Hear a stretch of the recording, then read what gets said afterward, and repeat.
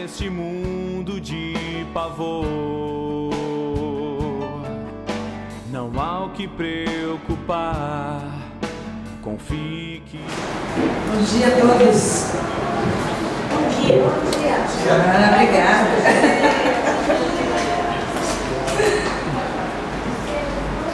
Nós estamos em Romanos 8. Talvez a gente acabe hoje em Romanos 8. E se você está acompanhando junto com a gente o nosso estudo, semana passada à noite, depois da gente ser tão impactado e abençoado por todas as verdades da testificação do Espírito Santo que fala ao nosso espírito que nós somos filhos de Deus, da grandeza de termos sido adotados e chamados para fazermos parte da família de Deus, da herança que nós recebemos, nós que nem filhos éramos, recebemos uma herança e a benefício, a qualidade de sermos co-herdeiros com Cristo Jesus, a intimidade que nós temos por causa do grande amor de Deus, de poder chamar o Deus Todo-Poderoso, Criador dos céus e da terra, Santo, Santo, Santo, como nós falamos aqui, de Paizinho, de Abba Pai, de nos rendermos e clamarmos, e esse clamor é o choro de socorro em voz alta, Abba Pai. Paulo fala para nós, então, se vocês querem ser participantes de toda essa grandeza, vocês precisam entender também que vocês têm que participar do sofrimento. E nós concluímos o estudo da semana passada falando sobre o sofrimento. Falamos muito rapidamente sobre o sofrimento, mas esse versículo, na verdade, é um ponto de transição para os próximos versículos que agora Paulo vai abordar, aonde ele fala do sofrimento humano, do sofrimento da natureza, e nós juntos, pela palavra de Deus, vamos ver quais são os remédios que a palavra nos traz para nós passarmos por tantas tribulações como nós passamos, por tantas dificuldades como nós passamos, e tentarmos responder juntos como que um Deus tão poderoso, tão maravilhoso, tão amoroso, pode permitir que haja o sofrimento, como Ele participa desse sofrimento. O que esse sofrimento pode trazer de grandeza na minha vida hoje? E se você está ligado nas notícias e nas últimas notícias, talvez você nessa semana tenha se sentido abalado com o sofrimento. Eu sei que cada um de nós tem o seu, né?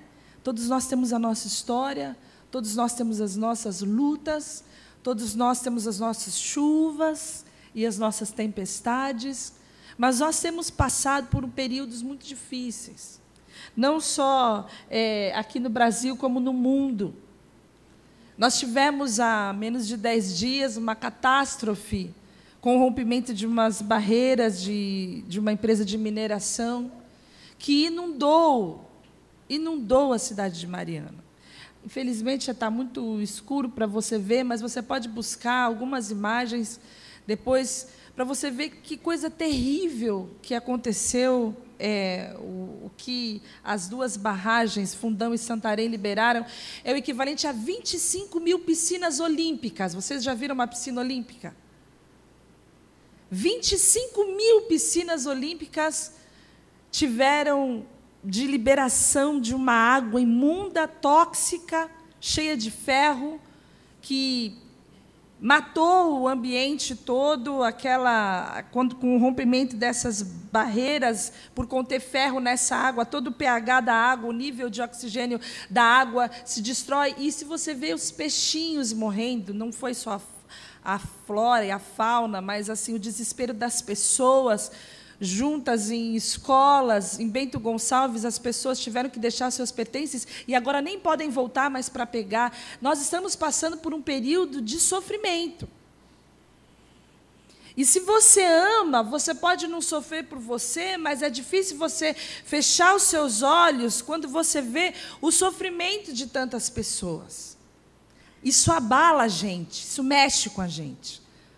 a natureza sofrendo, as pessoas sofrendo, a gente se sente impotente. E, mais precisamente, agora, nessa sexta-feira, tivemos um atentado em Paris, onde 127 morreram, 300 foram feridos, mas acredito que o número deva ser muito superior ao que é efetivamente declarado, né, e publicado. E nós estamos passando por um período de extrema maldade, de extrema dificuldade. Uma cidade inteira em Governador de Valadares ficou sem água. A Vale mandou lá 500 mil litros de água, que já deve ter acabado. É uma situação de sofrimento. Sofrimentos que a gente passa, às vezes, na nossa família. Sofrimento que a gente passa com os nossos amigos, de verem tantos casamentos desfeitos, tanto desamor, tanto egoísmo, tanta falta de compaixão, tantas situações que podiam ser contornadas, e a gente vai passando por um período de doenças. A gente nunca ouviu falar que tem tanta gente com câncer como tem ouvido ultimamente, ou só eu que ouço, só em volta de mim. Você ouve fulano, beltrano, ciclano, a coisa parece que é epidêmica. É uma tristeza. Se você não sofre por você, você sofre pelos outros. Os pais têm que responder perguntas para os seus filhos, porque tem o mosquito da malária, por que ele mata as pessoas, porque tem as bactérias, por que o dos vírus, por que fulano teve que morrer de câncer, por que o vovô e a vovó não estão mais aqui. O sofrimento bate na nossa porta. Por que os homens-bomba têm que explodir todo mundo? Por que as coisas ruins acontecem para pessoas boas? Por quê? Por quê? E livros e mais livros, filósofos, sociólogos, pastores, teólogos, tentam responder essa pergunta. O livro mais antigo da Bíblia, que é Jó, é dedicado a esse assunto.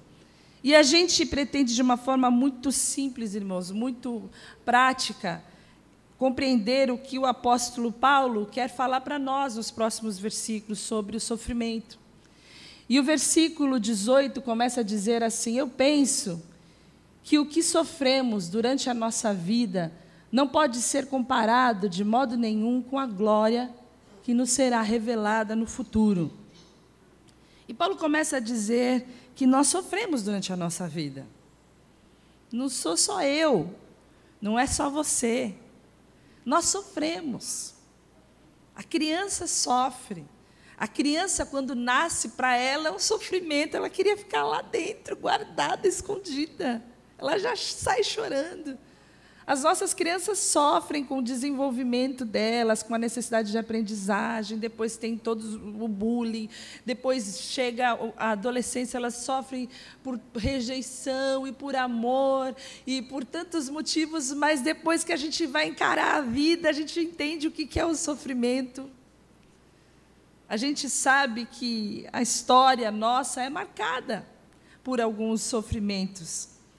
E toda a história da criação, irmãos, desde a queda, é marcada pelo sofrimento. Você lê na palavra de Deus as lutas, as guerras, as catástrofes, os desastres, as lutas de poder e dos crimes, a história dos indivíduos, como nós falamos, que casam para ser felizes e muitas vezes não encontram a felicidade no meio de tantas lutas e de tantas angústias, e abrem mão da sua história, e abrem mão dos seus casamentos, e tantas pessoas sofrem ao redor por causa disso. É um motivo de tanta tristeza e de tanta angústia, e é uma verdade tão grande na nossa atualidade, onde as pessoas entendem que o casamento é uma instituição falida, que já não vale mais a pena você fazer o outro feliz. E aí Paulo vai responder como é que nós vamos lidar com essa questão. E nos versículos seguintes, do 19 ao 22, fala assim: o universo espera com muita impaciência o momento em que Deus vai revelar o que seus filhos realmente são. Pois o universo se tornou inútil, não pela sua própria vontade, mas porque Deus quis que fosse assim. Porém, existe essa esperança. Um dia, O próprio universo ficará livre do poder destruidor que o mantém escravo e tomará parte na gloriosa liberdade dos filhos de Deus, pois sabemos que até agora o universo todo geme e sofre como uma mulher que está em trabalho de parto. E a primeira coisa que nós vemos é que toda a criação sofre por causa do pecado. Por isso que eu dei os exemplos das barragens que destruíram toda uma cidade, o ambiente, e corre o risco da terceira barragem também se romper, e eles falam que a água que vai vir acima dos postes de luz, e vai tomar conta do Espírito Santo também, tamanho o volume da água. Isso é toda a natureza sofrendo por causa da irresponsabilidade do homem, por causa da maldade do homem, por causa do pecado. E Paulo fala, olha, a natureza, ela espera ansiosamente. E nós temos aqui, nesses versículos, o primeiro gemido que Paulo fala, que é o gemido da natureza. Você já sentiu dor até gemer?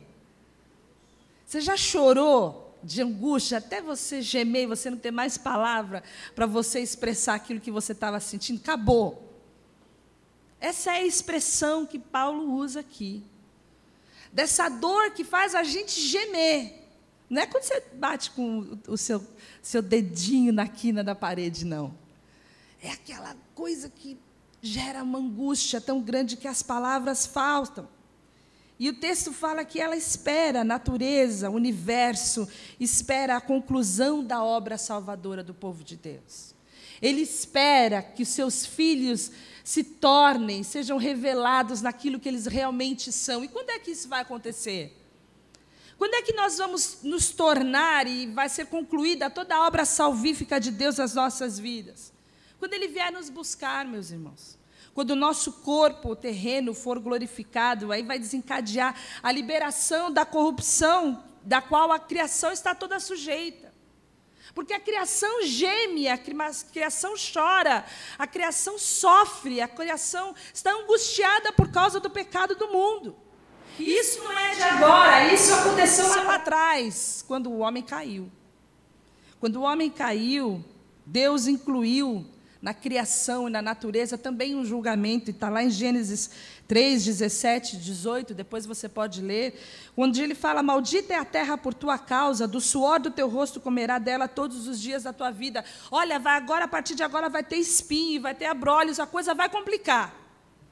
Eu fiz um paraíso para você, eu fiz um jardim para você, mas agora, por causa do teu pecado, a terra se tornou maldita. E a terra sofre por causa do pecado. Em todo o mundo, não só o mundo botânico, como nós estamos falando, dos espinhos e dos abrolhos, mas também o mundo animal. Tanto é que na conclusão de todas as coisas, e eu acho lindo essa profecia de Isaías, fala que lobos e ovelhas viverão em paz, leopardos e cabritinhos descansarão juntos, bezerros e leões comerão uns com os outros, as crianças pequenas os guiarão. Você imagina seu filho passeando com um leão?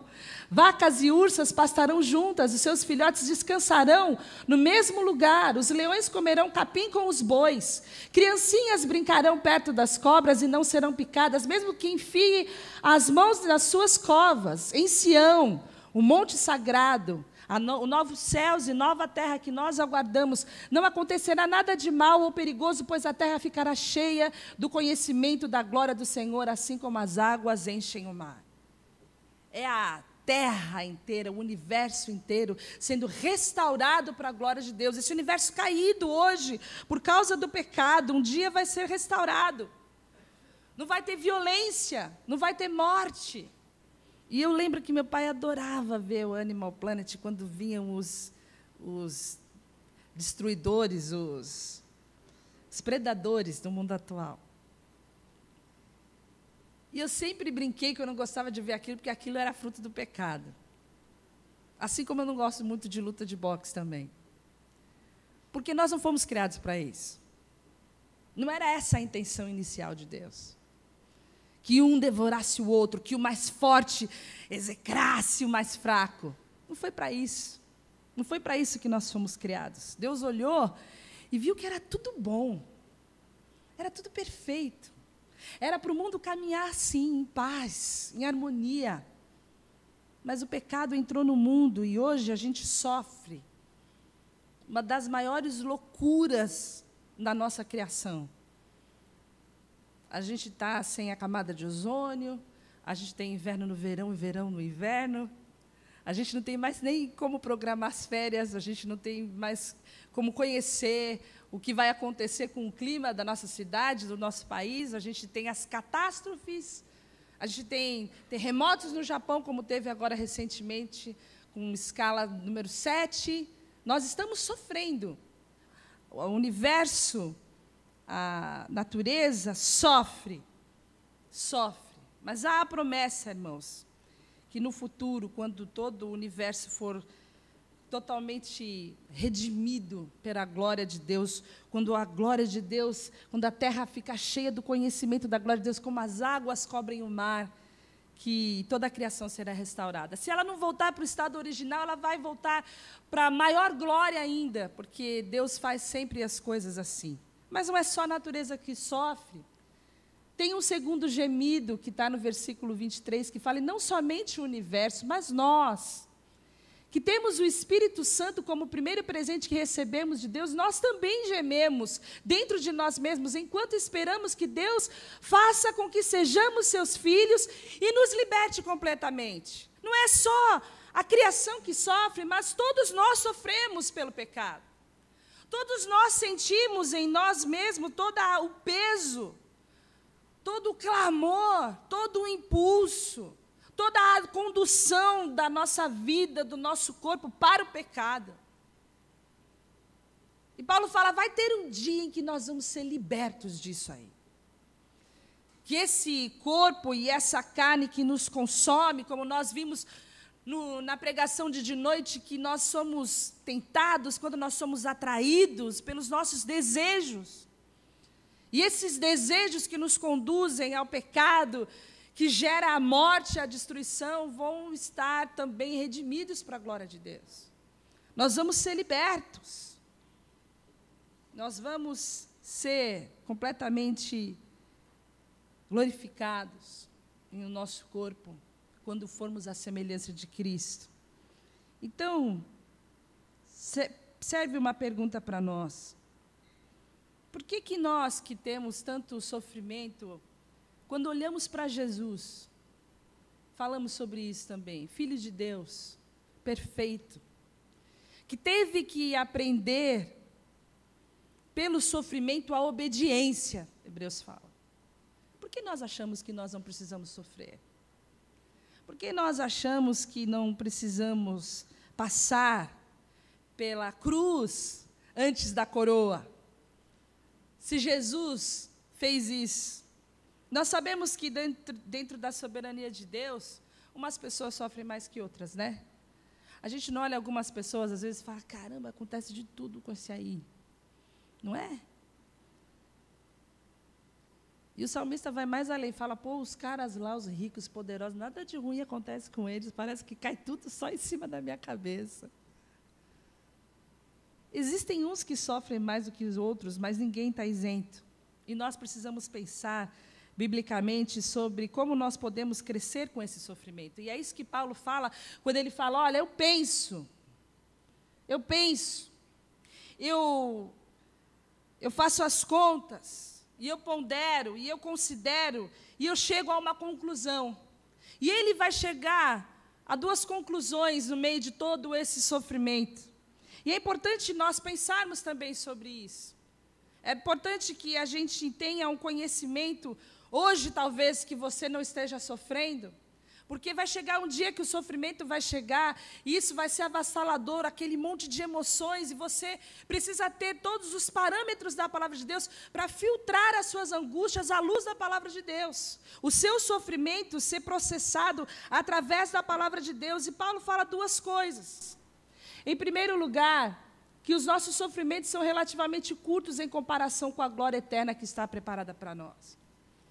E eu pensava, o que é a nossa vida perto da eternidade? Você consegue imaginar isso? Você consegue pensar no macro? Consegue pensar nas constelações? No mundo perto de Andrômeda? Você consegue pensar nisso? Consegue? O que é a nossa vida perto da eternidade com Deus? O sofrimento, quanto tempo você está sofrendo? 1 mês, 2 meses, 1 ano, 2 anos? O que é isso? O que são 70 anos perto da eternidade? A nossa vida é uma centelha.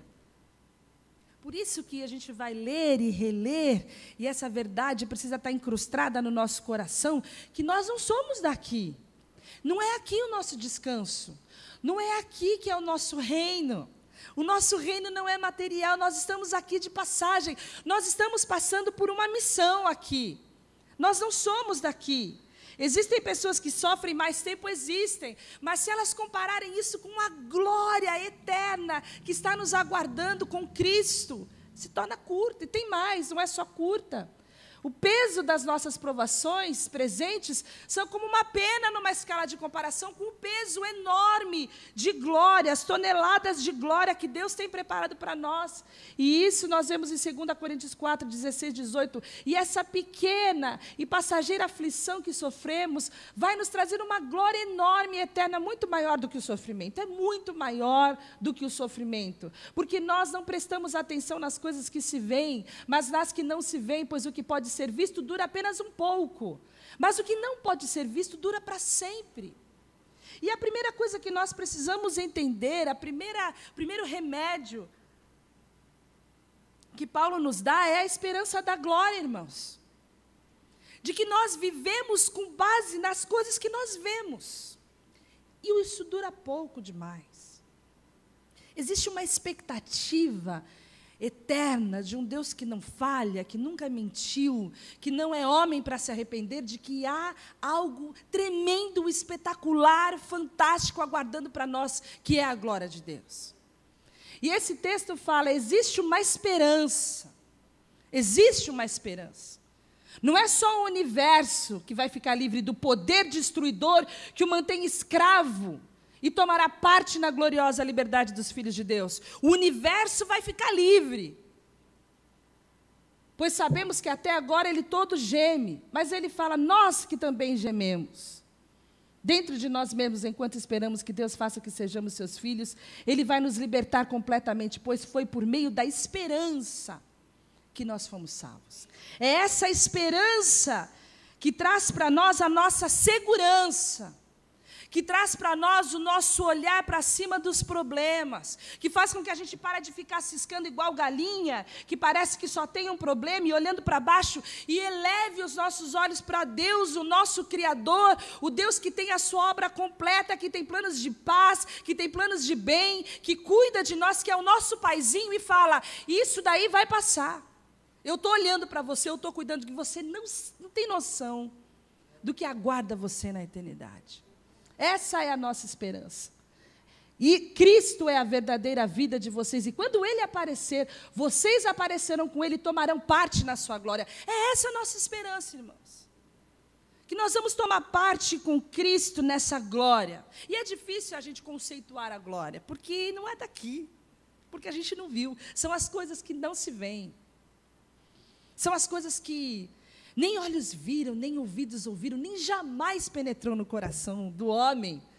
São as coisas que Deus tem preparado para mim e para você. Não pode penetrar no nosso coração. Nossa cabecinha, nosso QI está limitado por causa do pecado. A nossa imaginação está limitada por causa do pecado. A gente não pode compreender, a gente não pode mensurar a grandeza da esperança da glória, a grandeza de termos sido incluídos nas promessas de Deus, as insondáveis riquezas de Deus. Nós não podemos imaginar, irmãos.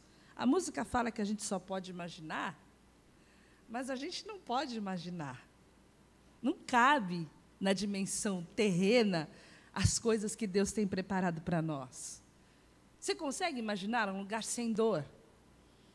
Um lugar sem lágrima, onde Deus vai enxugar toda lágrima? Você consegue imaginar um lugar sem morte, sem separação, sem perigo, sem medo, sem dúvida, sem pecado? Um lugar glorioso, um lugar majestoso, onde as ruas são de ouro, onde as portas são de pérola, onde tem uma mansão aguardando para que nós possamos viver em comunhão, viver em unidade, onde não vai haver violência, como nós vimos, nem dos bichinhos, onde você vai poder brincar com a cobra, Você vai poder brincar com o urso, com a vaquinha, e não vai ter mal nenhum. Essa é a esperança que nós temos. A primeira delas é que a glória futura inclui a renovação completa da criação, a sua forma perfeita e original. Essa é a primeira verdade que nós temos. E o texto fala que o universo vai ficar livre do poder destruidor. O universo vai ser redimido. Os lobos e as ovelhas vão viver em paz, os cabritos e os leopardos vão descansar juntos. E a glória futura inclui a nossa libertação do pecado e a sua corrupção. O nosso corpo também vai ser livre do pecado. Nós vamos ser totalmente redimidos, é o que o texto fala, libertos completamente. Hoje nós desfrutamos dos privilégios de sermos filhos de Deus. E a presença do Espírito Santo em nós permite que nós optemos por pecar ou não. Nós já falamos sobre isso. Sem o Espírito Santo, a gente vai pecando e nem se lembra de Deus. Mas com a presença do Espírito Santo, nós agora temos a opção. Agora, com os nossos corpos glorificados, nós seremos incapazes de pecar. Isso é lindo demais. Nós vamos ser transformados. Nós vamos ser transformados como Jesus, o primeiro que ressuscitou e nunca mais morreu. Nós seremos como Ele. Traremos em nossos corpos as marcas da nossa identidade, assim como Ele, que falou, pode tocar aqui, pode tocar. Sou eu mesmo. Era Ele mesmo, no corpo sofrido, no corpo marcado, que é visto e contemplado como um cordeiro que foi morto na eternidade, como que sofreu, como que se angustiou em seu corpo. Ele traz em seu corpo as marcas da morte que sofreu por mim e por você. Nós também teremos a nossa identidade nos nossos corpos glorificados, mas serão redimidos para a glória de Deus. Não vai ter dor, não vai ter cansaço, não vai ter sono na hora da pregação. Vai poder glorificar o nome do Senhor 24 horas. Não vão ter horas, é a eternidade. A eternidade com Cristo. Essa é a nossa esperança. E nós precisamos manter os nossos olhos nesse futuro prometido para a gente poder ter força para perseverar. A gente precisa entender que nós podemos não ver o futuro. Mas é nessas coisas que não se veem que estão a esperança da glória que foi prometida. É interessante que Paulo fala que é como uma dor de parto que a gente sofre. E aí as mulheres vão entender melhor que os homens. Porque a gente só suporta porque a gente sabe que vai passar. Se alguém falar para você que você vai ter aquela dor de parto ali por uma semana, você já quer morrer já agora. Pode aplicar qualquer coisa que eu já quero morrer. Mas você sabe que vai passar, que está passando. Daqui a qualquer momento essa dor vai passar. É uma dor louca, mas vai passar. Só que o que mais traz alegria é saber o que vem depois de nós sofrermos tudo aquilo. Quando você ouve aquele chorinho, você nem lembra mais da dor que sofreu, o que passou. Por causa da alegria que está nos esperando. Essa é a figura que Paulo usa. O nosso sofrimento é como uma dor de parto. Nós estamos sofrendo, mas a gente sabe o que vai chegar a qualquer momento, que é a glória de Deus, a esperança da glória de Deus. Esse chorinho é o choro que nós vamos ter quando nós nos lançarmos aos pés de Jesus. Contemplar a sua glória, poder adorá-lo, poder agradecê-lo, poder louvá-lo, entregar a nossa vida em adoração e gratidão por toda a sua obra nas nossas vidas. Esse é o primeiro remédio, irmãos. Tirar os olhos das coisas que se veem e colocar os nossos olhos na eternidade. Eu estou sofrendo aqui, mas a qualquer momento vai soar a trombeta e eu vou largar tudo isso daqui. Essa é a minha esperança. O segundo remédio, irmãos, é a oração. E a palavra continua nos próximos versículos, dizendo assim também, o Espírito de Deus vem nos ajudar na nossa fraqueza. Pois não sabemos como devemos orar, mas o Espírito de Deus, com gemidos que não podem ser explicados por palavras, pede a Deus em nosso favor. E Deus, que vê o que está dentro do coração, sabe qual é o pensamento do Espírito, porque o Espírito pede em favor do povo de Deus e pede de acordo com a vontade de Deus. O nosso segundo remédio, irmãos, é a oração, porque nós somos fracos. E é legal que Paulo se inclui, né? Ele fala, vocês precisam orar porque vocês são fracos. Ele fala, não, ele nos ajuda na nossa fraqueza. Nós somos fracos. Nós não sabemos pedir. A gente não sabe como orar e, às vezes, muitos não oram.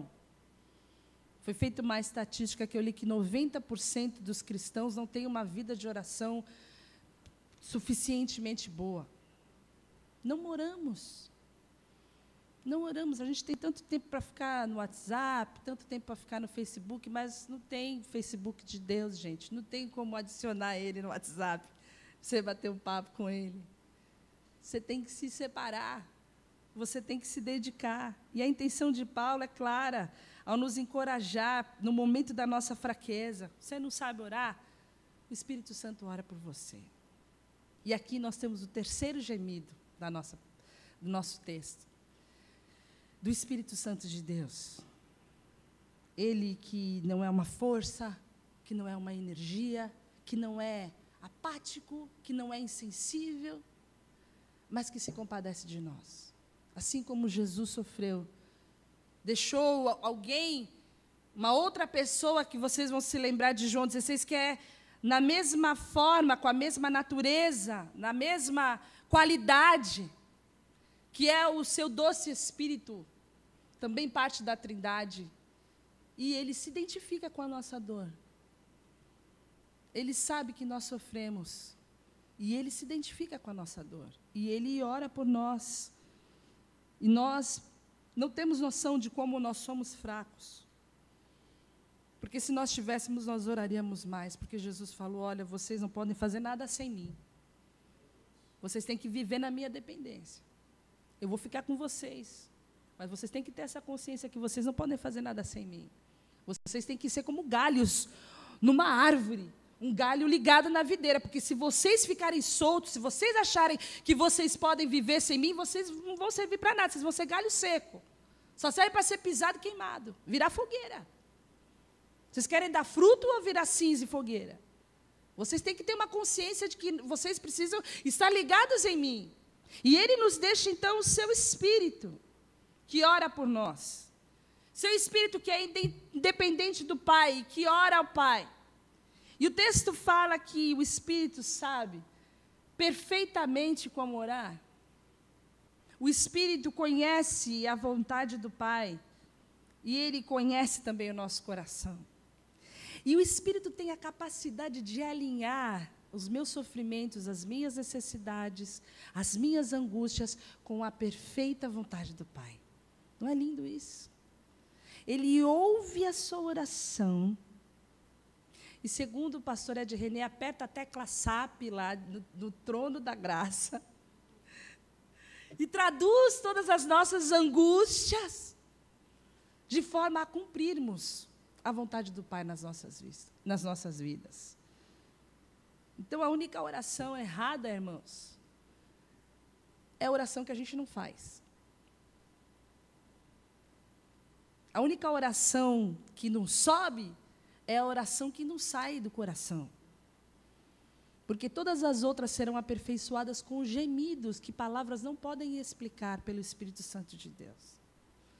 E vocês vão se lembrar do pastor Ariovaldo Júnior dizendo que você ora, eu não aguento mais essa minha sogra, some com essa minha sogra da minha vida, Senhor, eu não aguento mais essa mulher.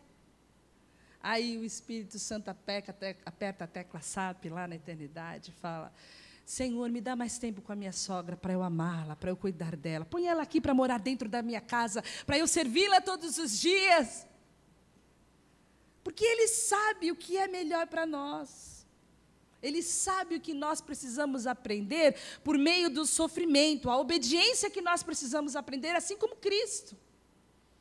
Nós somos edificados, nós somos formados e moldados à imagem de Cristo no meio do nosso sofrimento. Nós somos como fogo, como o ouro que está sendo provado no fogo. Onde todo o pecado, toda o eu, toda a carne é queimada e fica só aquilo que é puro, só aquilo que traz a graça, só aquilo que pode trazer edificação.